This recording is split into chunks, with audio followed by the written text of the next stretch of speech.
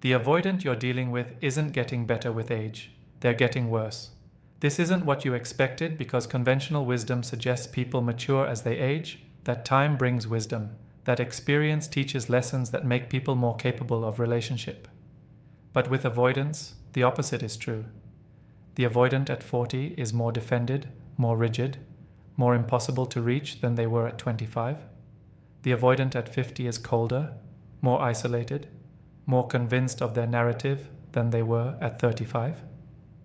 The avoidant at 60 has accumulated decades of failed relationships that have reinforced rather than challenged their patterns, has built walls so thick that no one can penetrate them, has become so entrenched in their defended state that change is no longer just difficult, it's nearly impossible. Age is making the avoidant worse because every year they don't do the therapeutic work to heal is another year of pattern reinforcement, another year of defenses calcifying, another year of missed opportunities to choose differently that confirms their belief that their way is the only way.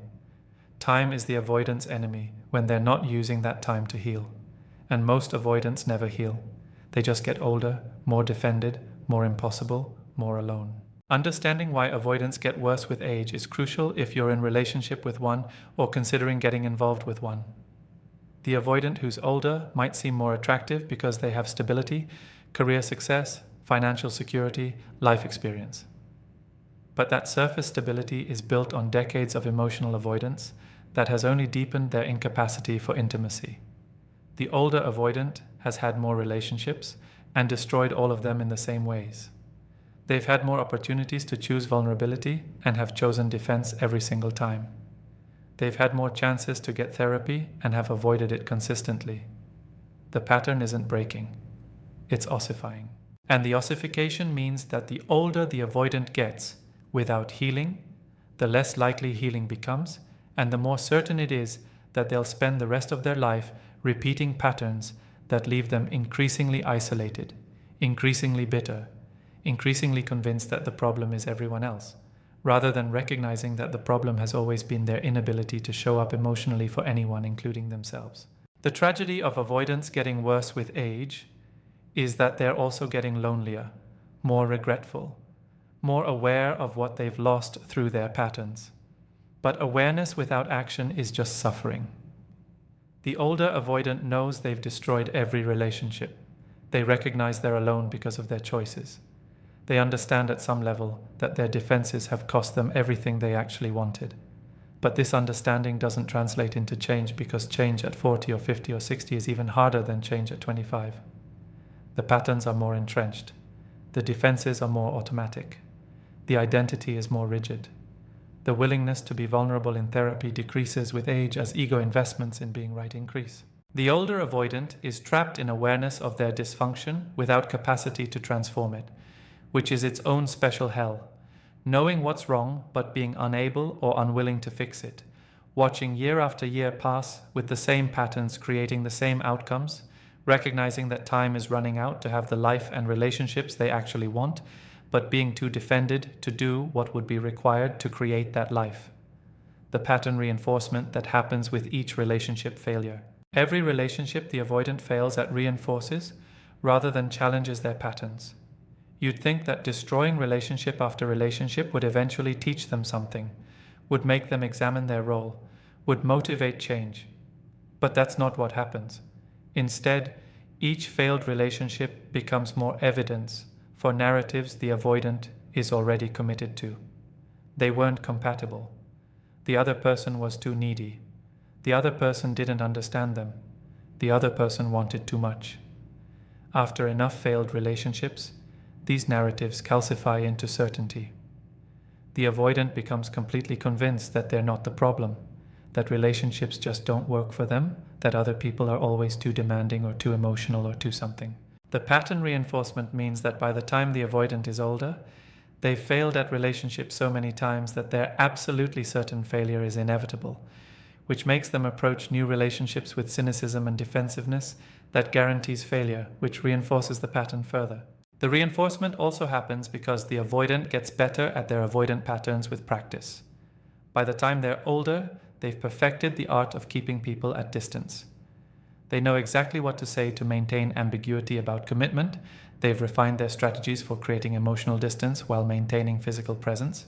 They're experts at finding people who will tolerate their limitations at least temporarily.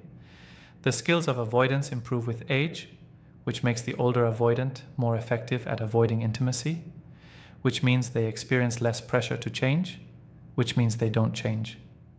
The improvement in their avoidance strategies is actually evidence of deterioration in their capacity for relationship, but it feels like competence to them, feels like they're getting better at life, when actually they're just getting better at avoiding the very thing that makes life meaningful. Each relationship failure also reinforces the avoidance identity as someone who's better off alone. After enough failures, the avoidant starts building identity around not needing relationship, around being independent, around valuing freedom over connection. By the time they're older, this identity is core to their sense of self. They're the person who doesn't need anyone. They're the strong one who can handle life alone. They're above the messiness of emotional entanglement. This identity becomes more important to them than the relationships they're sacrificing to maintain it. And identity this entrenched is nearly impossible to change because changing it would mean admitting that who they've spent decades being is based on fear rather than strength, is defensive rather than authentic, is limitation rather than choice. The older avoidant can't change without destroying their entire sense of self, which is why they stay stuck even as the stuckness costs them everything. The pattern reinforcement over decades also means the older avoidant has accumulated evidence that supports their worldview. They have decades of experiences that seem to prove that relationships don't last, that people always leave, that vulnerability leads to pain, that depending on others is dangerous. They're not just operating from childhood trauma anymore. They're operating from adult experiences that have confirmed their childhood conclusions. The reinforcement from lived experience makes their beliefs much harder to challenge than if they were just operating from old wounds. The older avoidant can point to 30 years of relationship failures as proof they're right to be defended, right to keep people at distance, right to refuse vulnerability. The proof is overwhelming from their perspective, which makes therapy and change difficult because the therapist is trying to challenge beliefs backed by decades of subjective evidence the avoidant has interpreted through their trauma lens. The narrowing of options that creates desperation and more defense. As avoidants age, their relationship options narrow significantly, and the narrowing creates desperation that manifests as even more defensiveness. When the avoidant was younger, they had abundant options. They could easily meet new people, start new relationships, move on quickly when relationships failed. But as they age, the options decrease. Fewer people are available. Dating becomes harder. Starting over with someone new becomes more exhausting. The avoidant starts to recognize they're running out of chances, running out of time, running out of people who will tolerate their patterns, and this recognition creates panic that you'd think would motivate change, but instead it typically motivates more defense.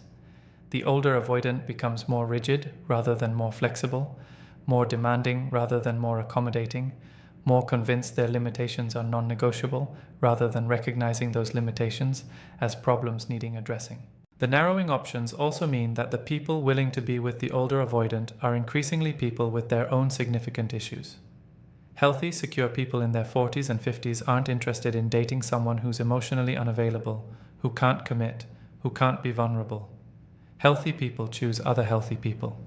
So the older avoidant is left with people who are as damaged as they are, and relationships between two heavily defended people are even more dysfunctional than relationships where one person is healthy. The dysfunction of these relationships reinforces the avoidant's belief that relationships don't work, that people are all damaged, that trying is pointless. The avoidant doesn't recognize that they're selecting from an increasingly damaged dating pool because their own damage is repelling healthy options. They think everyone is like this, which justifies their avoidance further.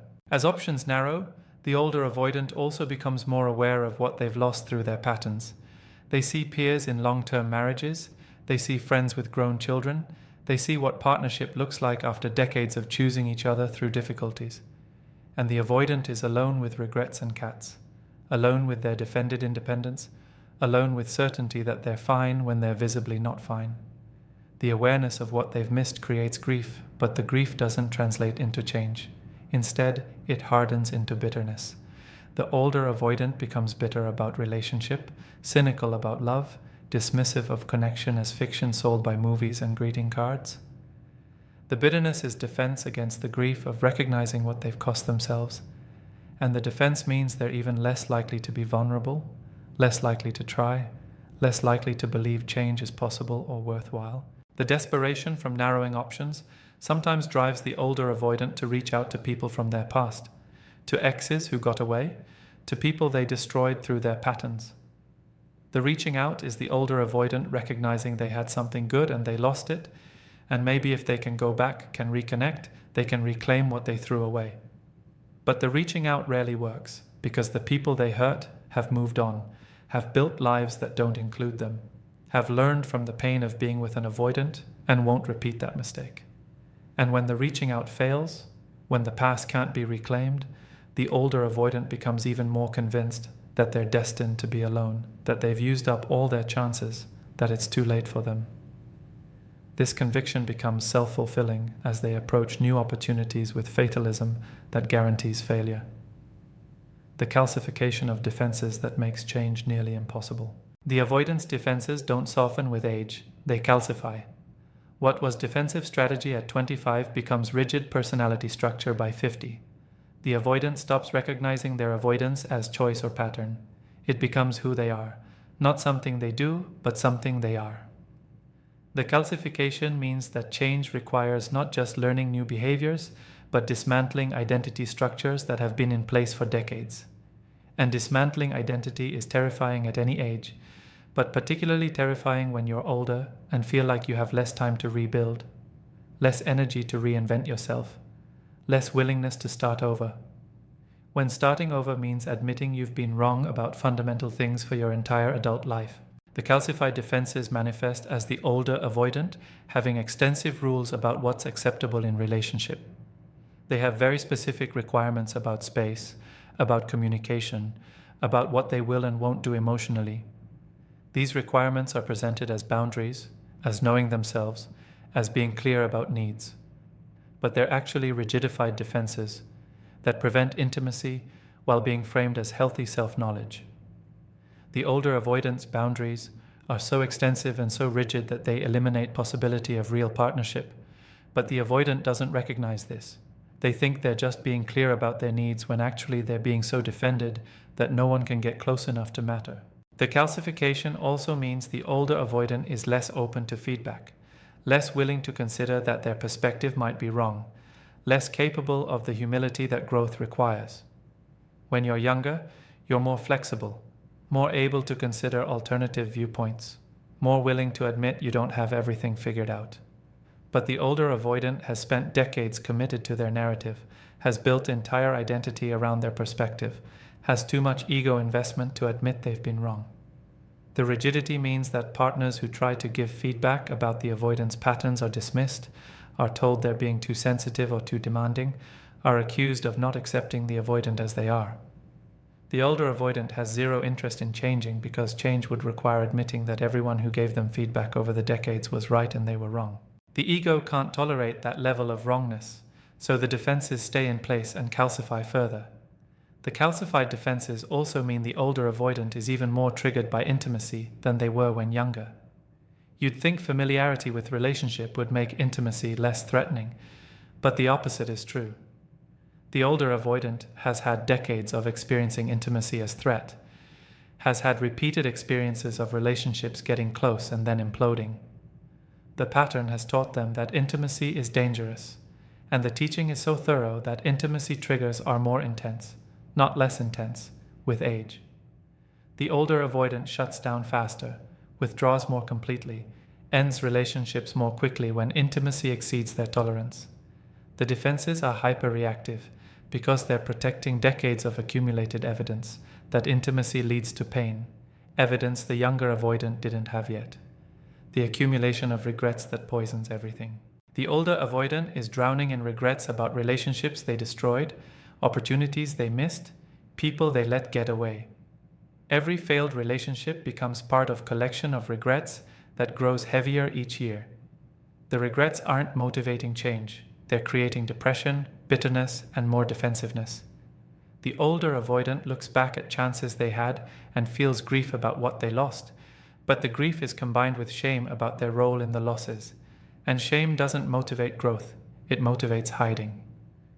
The avoidant is hiding from their regrets by doubling down on the patterns that created the regrets, telling themselves they're fine alone, that they didn't want those relationships anyway, that the people who left were wrong for them, but the convincing themselves requires constant effort, and the effort is exhausting. The accumulation of regrets also includes the older avoidant comparing where they are to where their peers are. Friends are celebrating anniversaries, are retiring with partners, are becoming grandparents. And the avoidant is alone with their defended independence, with their collection of failed relationships, with nothing to show for decades of life except career achievements and material possessions that don't fill the loneliness. The comparison creates recognition of what's been lost to avoidance, but recognition doesn't change anything when it arrives too late. The older avoidant knows what they're missing. They just don't know how to get it, or they know but they're too defended to do what would be required, or they've tried and failed so many times they've given up believing it's possible for them.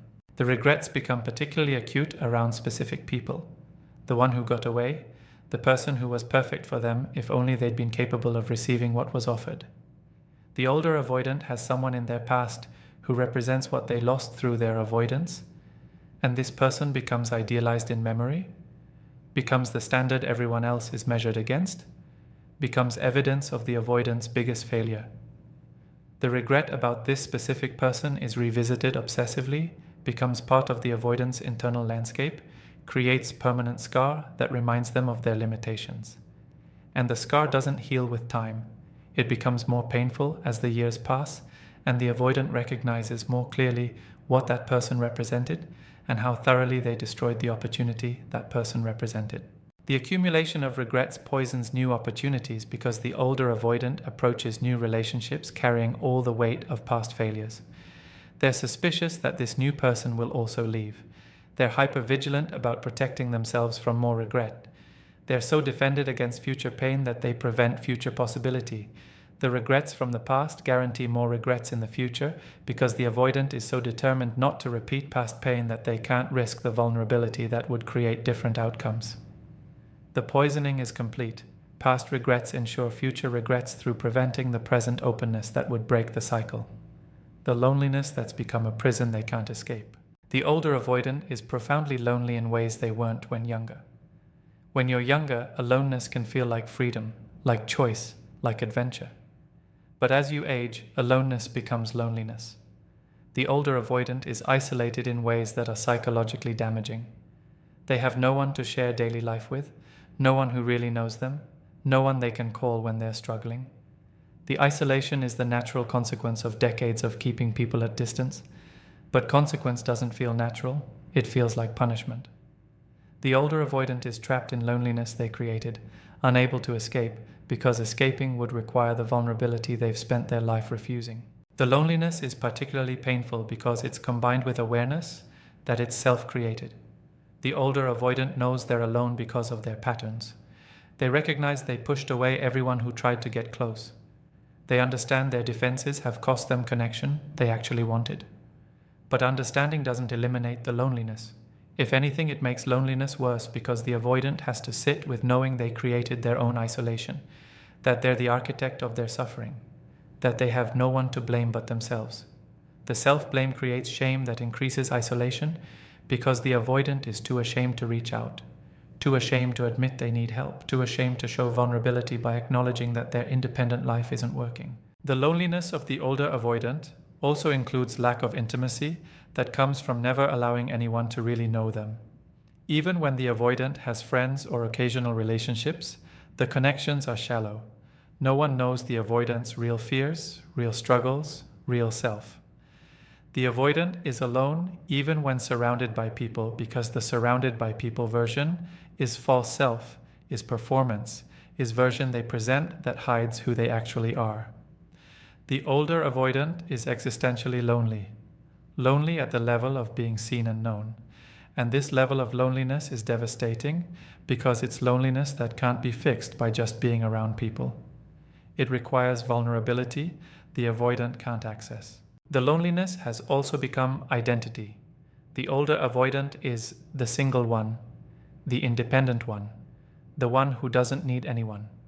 The identity started as defense but has become reality. The avoidant has been alone so long that they don't know how to be with someone. They've forgotten how to compromise, how to consider someone else's needs, how to share space and life.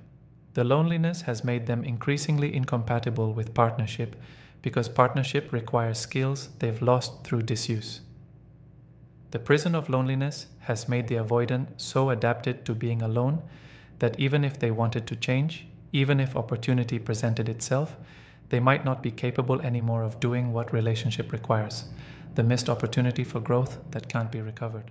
The older avoidant has missed decades of opportunities for growth that can't be recovered. When you're younger, you have time to make mistakes, learn from them, try again. You have energy for growth work, neuroplasticity that makes change easier, openness that allows new perspectives to take root.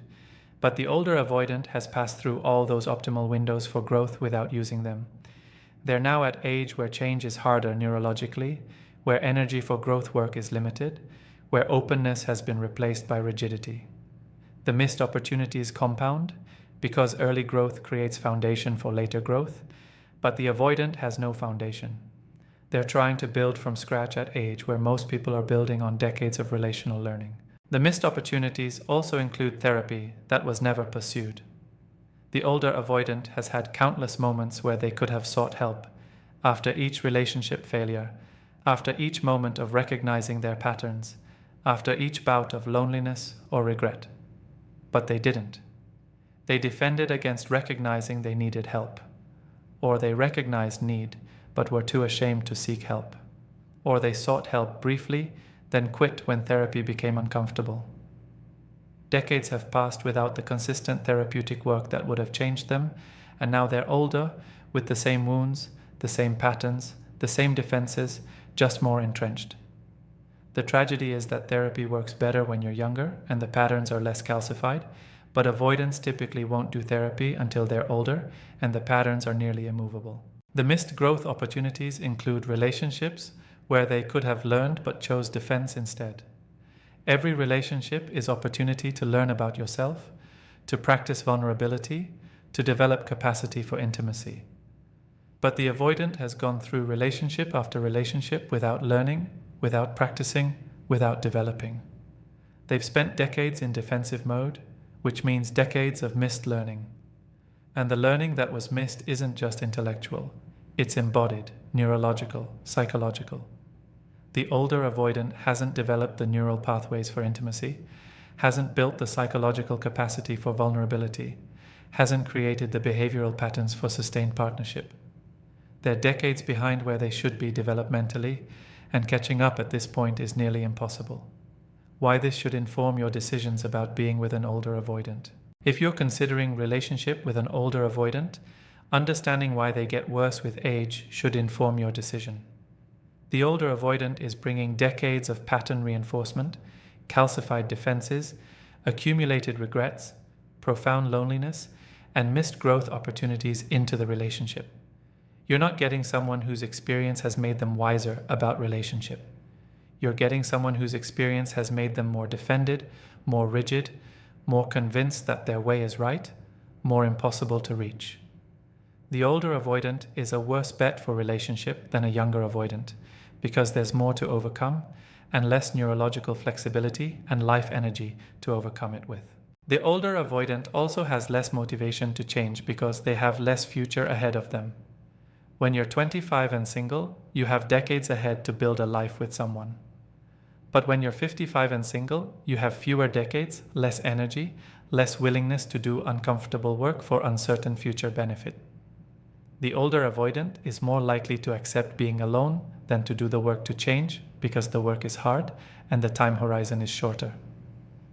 If you're hoping the older avoidant will grow and change for you, you're betting against decades of pattern plus reduced motivation plus calcified defenses.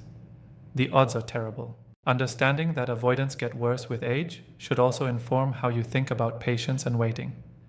If you're with a younger avoidant and thinking that time will mature them, will help them grow, will soften their defenses, think again.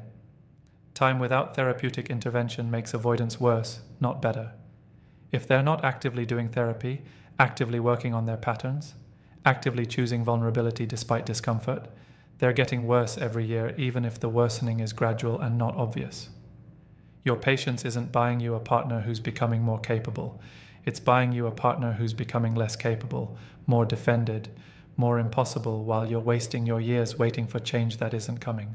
The older avoidant getting worse with age is tragic, but it's not your tragedy to fix or your responsibility to accommodate. You can have compassion for how trapped they are in patterns that are destroying their life, while maintaining boundaries that prevent those patterns from destroying your life too. The older avoidant is living evidence that avoidance doesn't work long term, that defenses don't create the life people want, that you can't protect yourself from vulnerability without also protecting yourself from love. Let their trajectory teach you what you need to know. Avoidance gets worse without intervention. Time is not healer when the wounded person refuses treatment, and choosing an avoidant partner means choosing known trajectory toward increased dysfunction unless that partner is doing serious therapeutic work. The older avoidant is the younger avoidant's future if the younger avoidant doesn't change. And the older avoidant almost never changes because they've spent too long being who they are to become someone different now. That's the tragedy. But it doesn't have to be your tragedy. You can learn from observing their stuck state and choose differently for yourself. Choose partners who've done their work, who can show up, who get better with age because they're using age as opportunity for growth rather than as excuse for calcification. The avoidant gets worse with age, but you don't have to be there to watch it happen.